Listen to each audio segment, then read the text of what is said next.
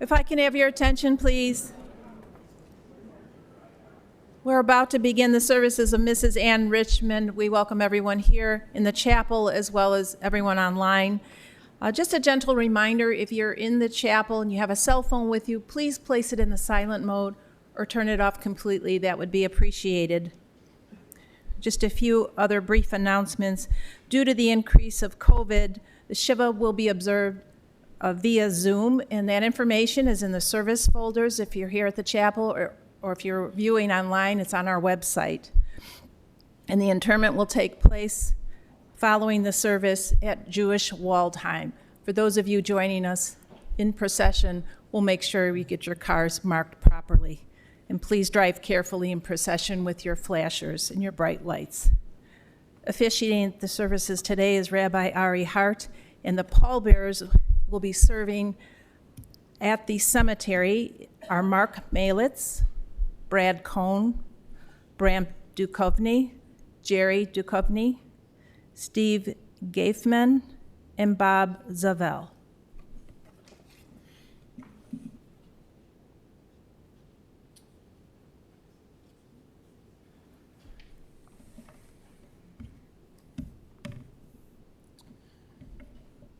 We're gathered here today with heavy hearts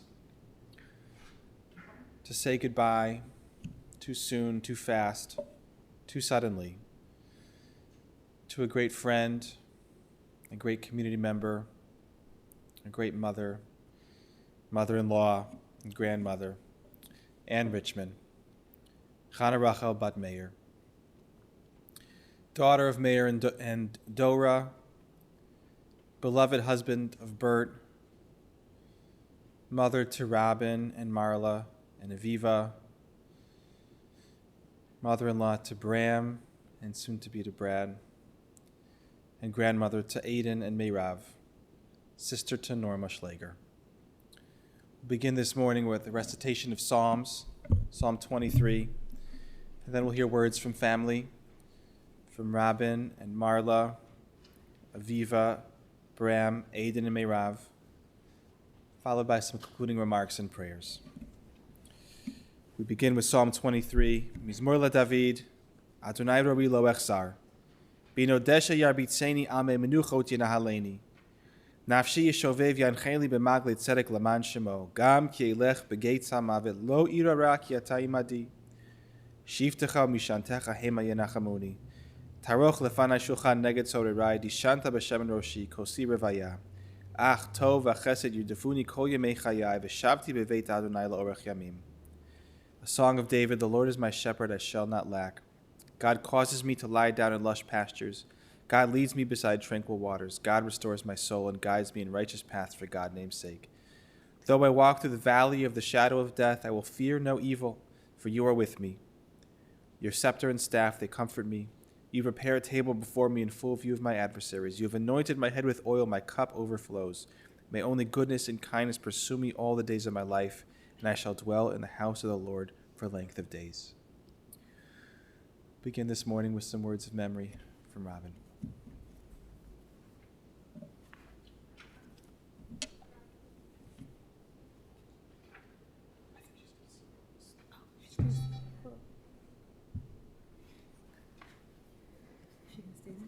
She's going to stay there.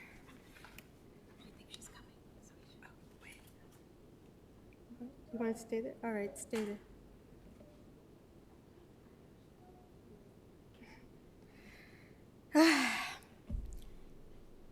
I can't believe that I'm here again. It's still so raw, and this feels so wrong.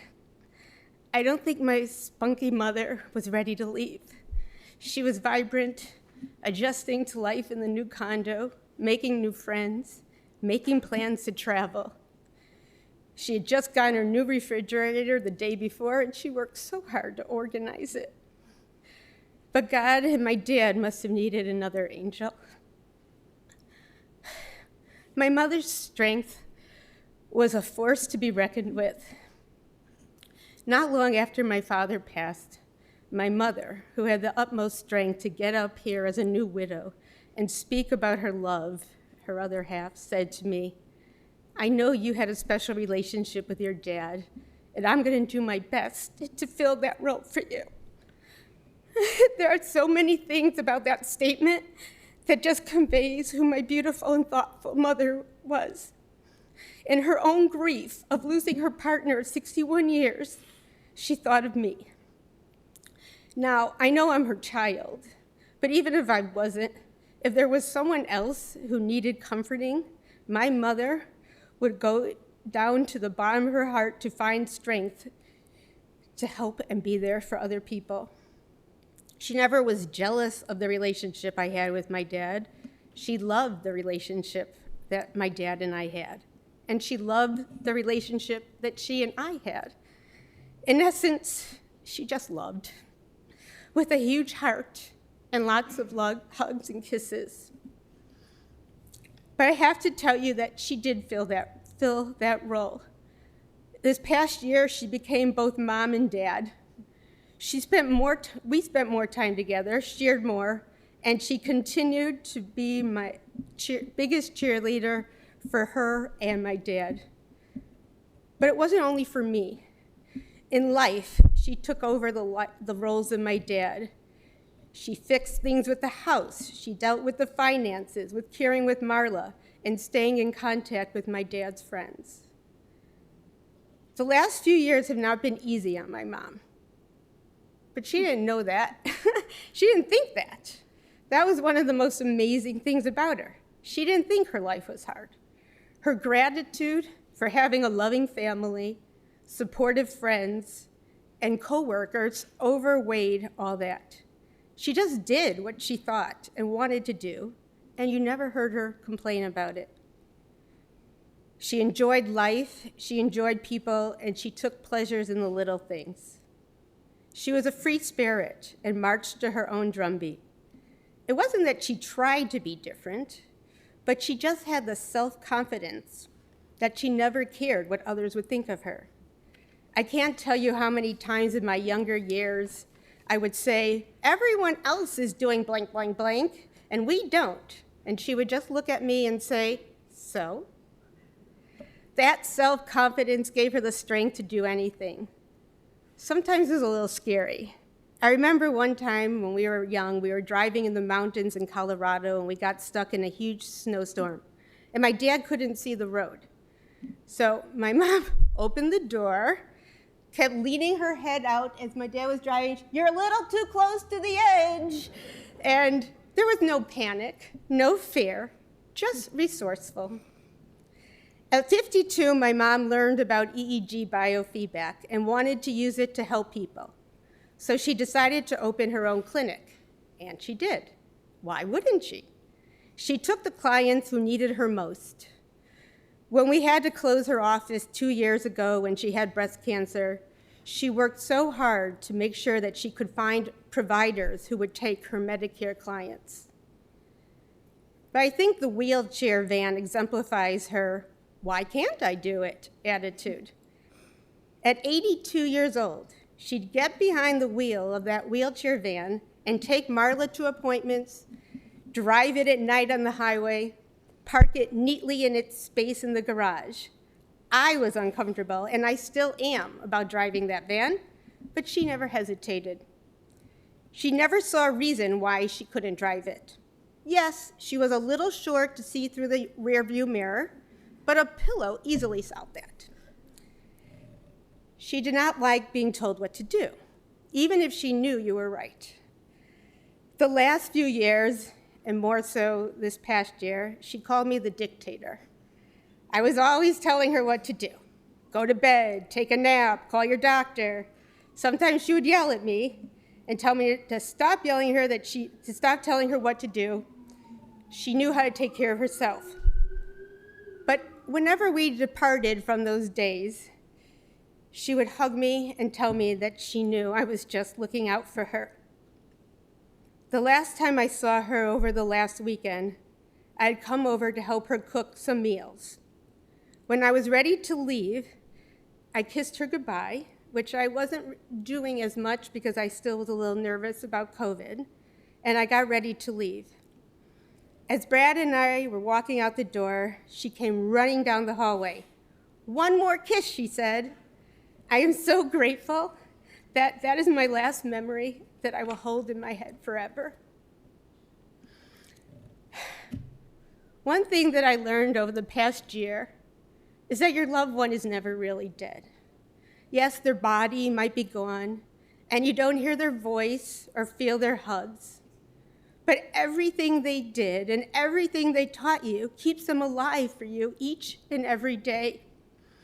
Mom, whenever I see a beautiful sunset, I'll remember how you used to exclaim in awe of its beauty each and every time, as if it was the first one you saw, and how you loved the views from the new condo. When I see thriving plants and beautiful flowers, I will think of how you nurtured all the house trees and orchards with such love they flourished all over. There wasn't even enough room to bring them all from the old house to the condo. I'm going to do my best to keep them alive, although that was not a trait I picked up. When I send someone a heartwarming note, or bring over food, or pick something up, like medicine for someone, I'll know that you're with me, because that's what you would do. Whenever I have company and open my house up to guests and make it inviting and filled with delicious food, I'll see your sparkling eyes and great smile, sharing the warm experience with me. When I try something new that scares me, I'll think of you and just do it. When I wear my hair off my face, I'll think of how you always used to move my hair behind my ears.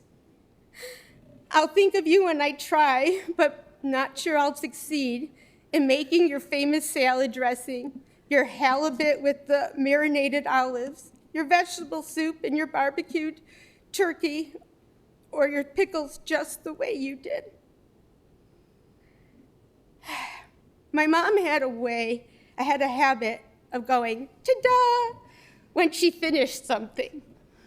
So Mom, for being the nucleus of our family and holding everyone together with love and loving values, for all the people you healed as an educator and EEG provider, for the people and animals in distress that you'd go out of your way to help, for being the greatest mom and teaching us so much. Here's your final, ta-da!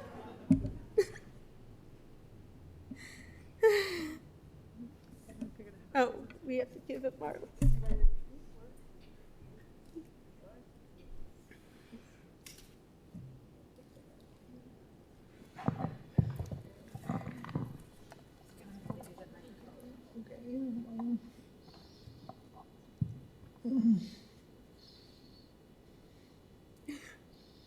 Okay, Mom, you were the most wonderful mother that a person could ever have. Or I could ask for. We always spent time together and laughed. Then we ate popcorn late at night after Millie left. Those were the times I will never forget. I love you more than words can say. Oh, Marla.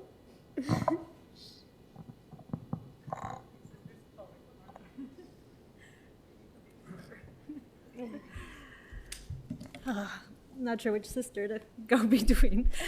Here are some of my earliest memories of my mother in our life. The pink toilet in the backyard on Greenleaf Street, filled with flowers as if it were a terracotta pot. A dozen homemade pickle jars, jarred on the floor, needing to be turned over every few days so that the spices got to all the cucumbers. Non-mott fundraisers, especially lox boxes, where the entire family had to wake up at 6 a.m. to pack the lox and bagels and then deliver the boxes. The tzedakah can by the washing machine so that when we did laundry, the change from our pockets would have a place to go. Her little closet/room at Hilla Torah connected to the janitor's closet. I loved knowing she was at school near me, and sometimes she even pulled me out of my class to join one of her speech lessons. I remember she was always creative in how she taught. She used orthodontic rubber bands that she put on kids' tongues so that they had an awareness of where their tongue was. And she created puppet shows so that kids could showcase their new speech skills. Subtlety was not her strength, as I'm guessing my husband will probably share. But when it came to educating personally and professionally, she maneuvered deftly. We often talked education. She told me a story about her early in her career when a teacher came to her and said she was having difficulty with a specific student. This surprised my mother because she hadn't heard that the student was challenging before. And when she asked his other teacher if she had any issues, she replied, not at all. So my mother brought the two teachers together to figure out their different teaching styles and why the child was so successful in one situation and not the other. Sometimes when she would see me with my kid, she might say something with a soft start like, I've noticed that, and then share her observation, which I was able to hear because I knew she shared her suggestions from a place of love. My mother had spunk. Her clothes were always fashionable. She loved wearing fun jewelry. She would always wear a trendy new lipstick color. She changed her hair all the time. It would go from short to long, curly to straight. Once my dad bought her hair combs in the 70s for a birthday present, and when we came home, we found her with a new pixie cut. My mother spent a long time in the bathroom, getting ready in the morning, not in a vain way, but in a self-love way. She took care of herself and had the energy to radiate light out to family, friends, and hundreds, maybe thousands of students and clients. She was naive in the best way, falling for my dad's jokes every time. He would often say something absolutely ridiculous to her, and she would look at him and say, really?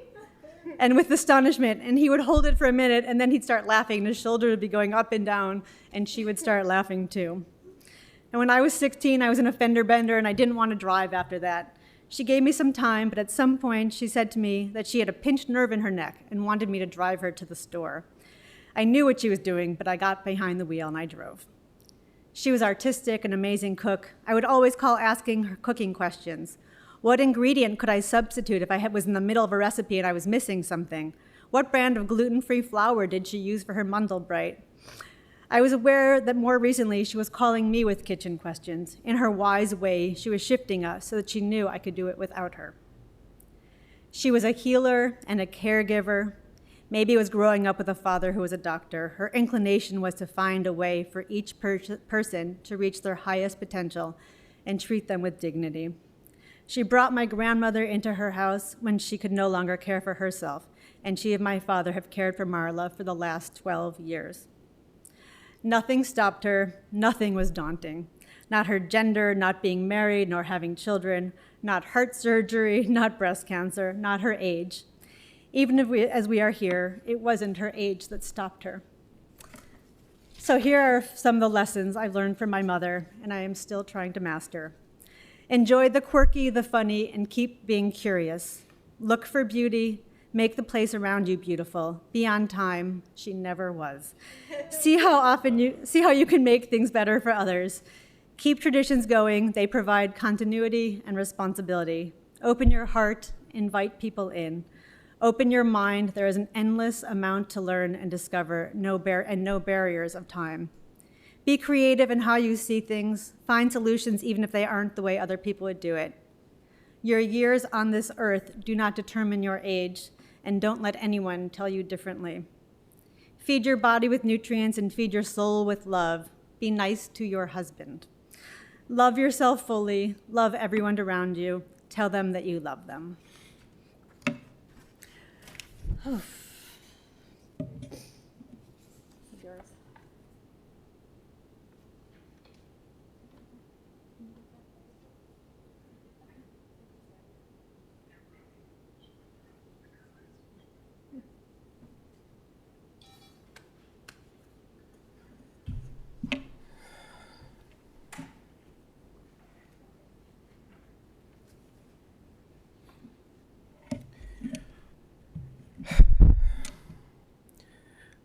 I've known Anne for only 23 years, which, compared to many of her longtime friends and family, is actually not such a long time, and definitely not long enough. Since we first met, she's been a second mom to me. Generous, warm, loving, spirited, and very funny. Aviva likes to say that if I could choose again between her and Anne, I would have chosen Anne. That's not entirely true, but she has always reminded Aviva to be loving to me, which I will always appreciate. Although people knew Anne to be sweet and kind, warm and loving, she was also a force to be reckoned with. You didn't cross Anne. She was incredibly powerful and strong-willed. Soon after I met Anne, after I had been seeing Aviva for some time, we were sitting in shul together. In between high holiday prayers, she looked at me, put her hand on my knee, and simply said, "It's time." From what I knew of the Chicago Jewish mom mafia, I really didn't want to cross her. I agreed to her presumptive close, and Aviva and I got married shortly after. Anne was an incredible teacher and healer with thousands of kids in a thriving biofeedback practice. She was devoted to volunteer service and Jewish women's causes through a lifelong dedication to pioneer women. I just met some pioneer women today that had been serving with her for 60 years. She was a loving grandmother and mom and wife and a generous friend. But many of my memories of Anne center in the kitchen, around her kitchen at Enfield Avenue. I visited Chicago every year for Passover and often for the high holidays. Anne always cooked for extended family and friends, and her cooking was filled with love.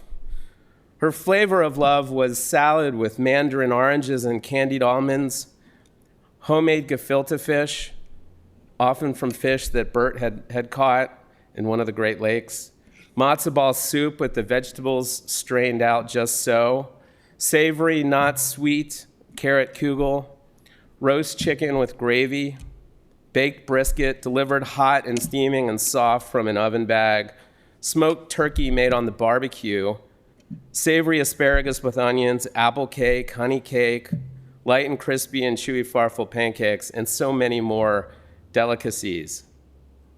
Anne made sure that everyone at her table, and she invited everyone, ate very well.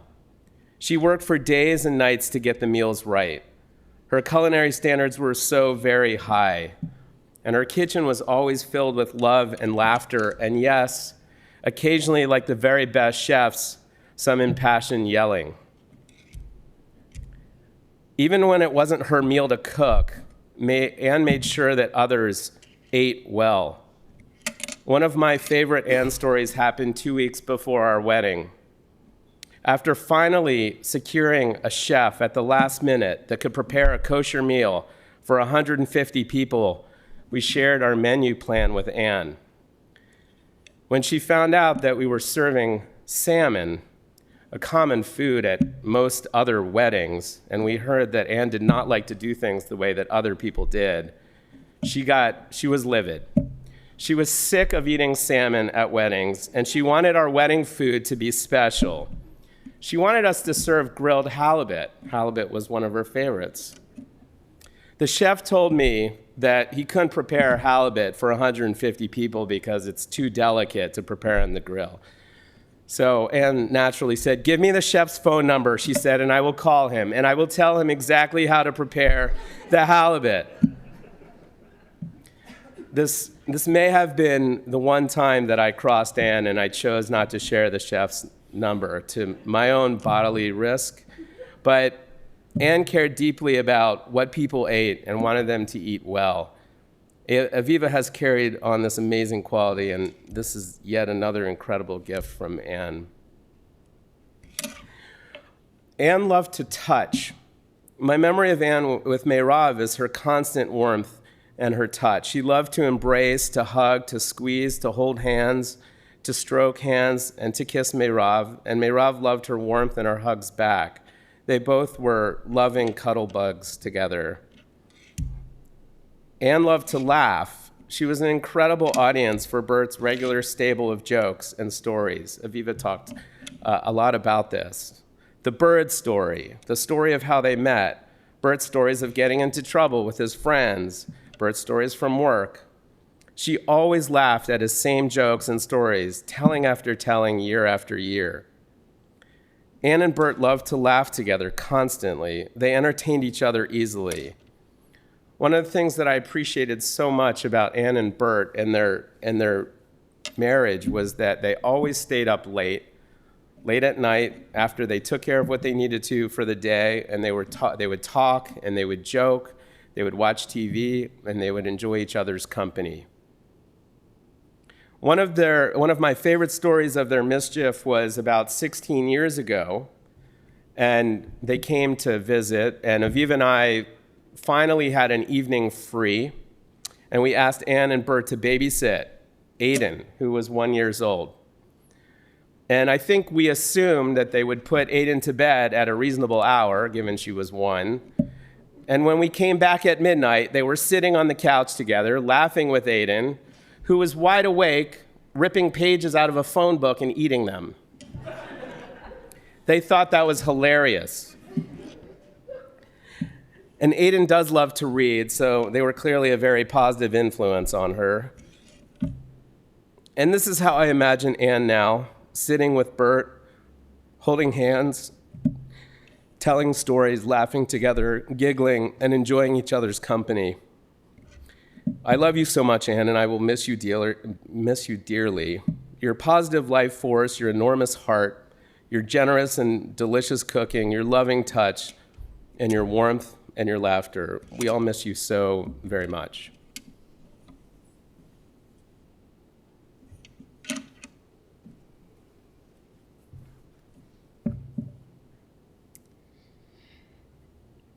My Bubby was one of the warmest people that I knew. She gave the best hugs, she was always asking how I was doing, and she always told me how much she loved me. Like my mom said, she was one of the first people to teach me about self-care and self-love. She put others before herself often, but showed me how to take care of myself, how to feel a little bit glamorous. Everyone has discussed her warmth, and as my dad said, she was warm in sort of a short fuse type of way as well. She had a temper, but she was never ashamed of being loud or taking up space. When we lived in London, my Bubby and Papa came to visit. My family was traveling to Chicago later that week, and I decided to go early to get in some extra Bubby and Papa time. All was going smoothly. I was traveling with my grandparents for the first time without my family, and our flight got delayed. We missed our connection, ran through the airport, but we missed the second flight. I told this story at Papa's funeral, and I spoke about how calm and collected how he was, how he made me laugh. Bubby was the opposite. I think we were both hangry, which is a Richman trait, and we were both tired. We were complaining to each other, a sort of agreement that we would be grumpy together. And somewhere in there, I think she forgot that I was little, and I learned in those hours at JFK that you could use swear words consecutively and casually in sentences. I am forever grateful. From Bubby, I take her energy and her kindness, her unconditional love for herself and others, as well as her frequent use of expletives. And I love you very much.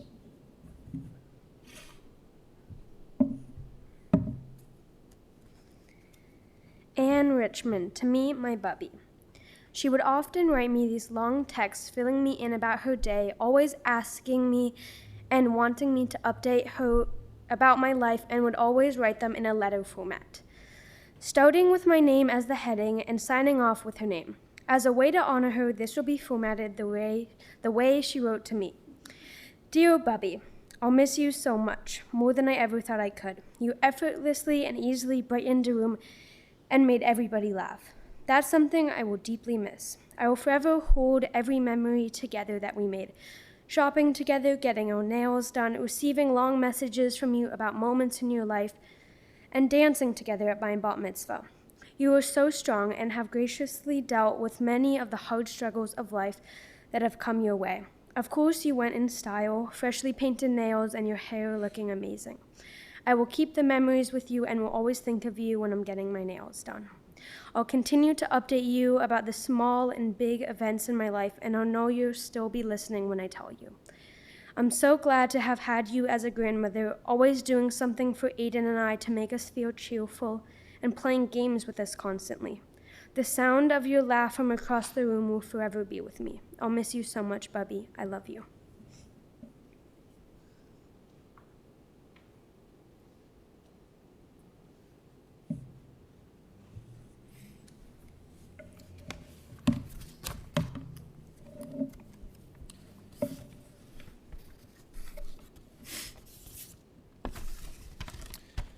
Currently reading in the Torah cycle the book of Shemot, the book of Exodus, which is about the redemption of the Jewish people.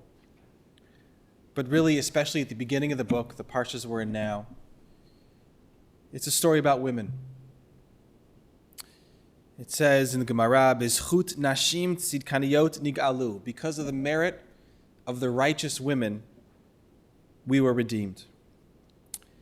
And reflecting on these early chapters of the book of Exodus and reflecting on Anne, a force of redeeming goodness and life in the world, I couldn't help but draw the connection. The women in the book of Shemot are first described as ki chayot heina. When the midwives say to Pharaoh after he makes the evil decree to commit genocide against the Jewish children, they say, we can't even keep up with them. They are just so full of life. Ki chayot heina. They are full of life force, untiring energy and power. These same midwives stand up against tyranny and power and lead their lives in their own way, according to their own values and ethics. And finally, these women in the beginning of Shemot, Pharaoh's daughter, Miriam and Yocheved, reach out and help a child in need, a child who stuttered. They show tremendous compassion and love. So these traits of the women in the book of Shemot, vitality and strength and energy, doing things your own way, and deep compassion and love, all so powerfully embodied in Anne's life. We begin with her energy, ki chayot heina.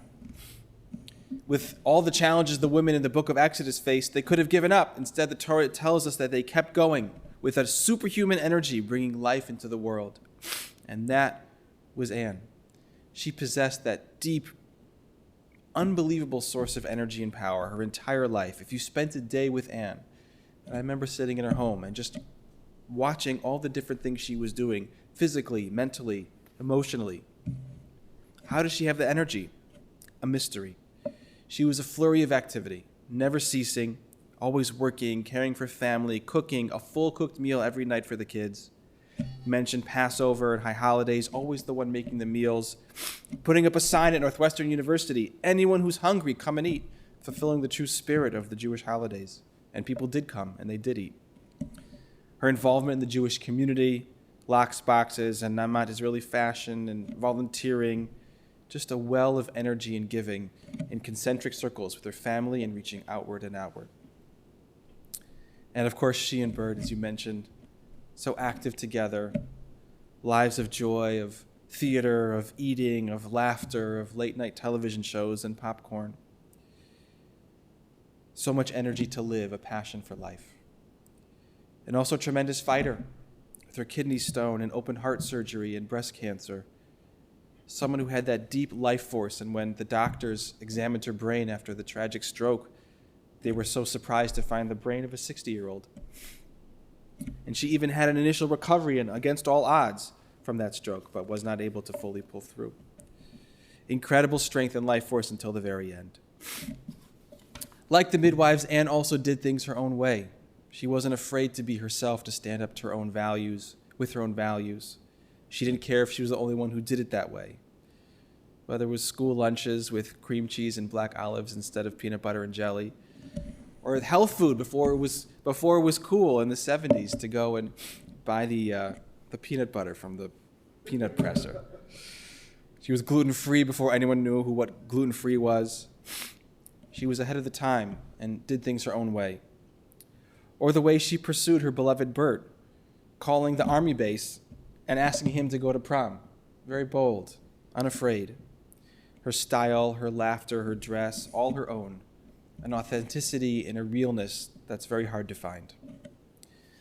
But most important, like those women in the book of Exodus, a tremendous force of care and love. Professionally, as a working mom, before that was cool, 30 years as a speech therapist in the Chicago School District and Hillel Torah and Schechter, and at 50 learned about EEG biofeedback. How many children in the world, how many little Moshas can speak now because of her efforts? Her efforts not just for the easy cases, but for the hard cases. Cases that she became attached to, cases she wouldn't let go. Though technically her business was a for-profit venture, as you discussed, it really was a non-profit for-profit. Not the most savvy businesswoman, because she put loyalty to employees, loyalty to her clients.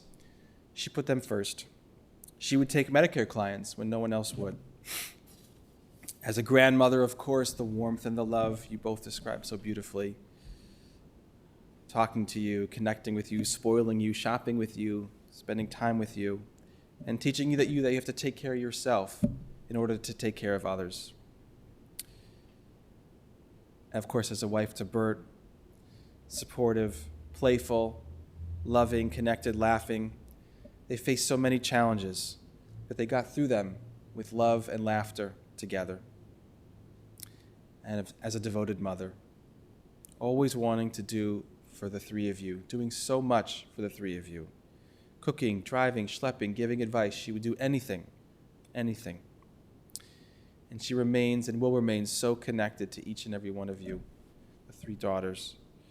While physically that connection is gone, as you mentioned, the relationship, the power can remain perhaps even stronger in a certain way. The memories, the recipes, the advice, the jokes, those remain, and the love remains. Bizchut nashim tzidkaniyot nigalu mimitzrayim. Because of righteous women, we were redeemed from Egypt. And because of Anne's righteous ways in her life, she brought a redemptive power to this world. The power of caring, the power of laughing, the power of loving. This is the legacy of Anne Richman. We will miss you. We'll now recite a prayer, Al Malei Rachamim. I invite everyone to rise who are able.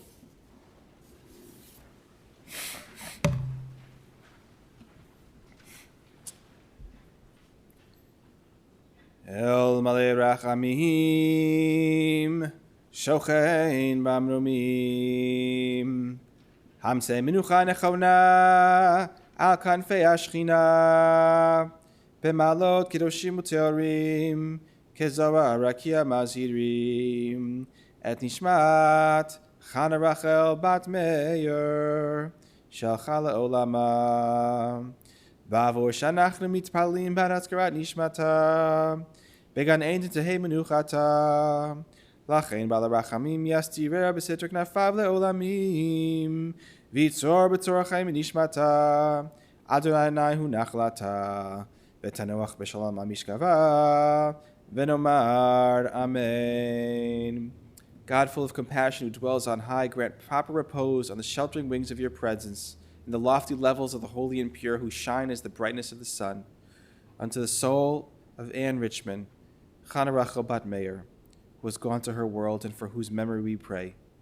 May her rest be in paradise. May the Master of Compassion bring her under the cover of God's wings and bind her soul in the bond of life. May the Lord be her heritage, and may she repose in a resting place in peace. And let us say, Amen.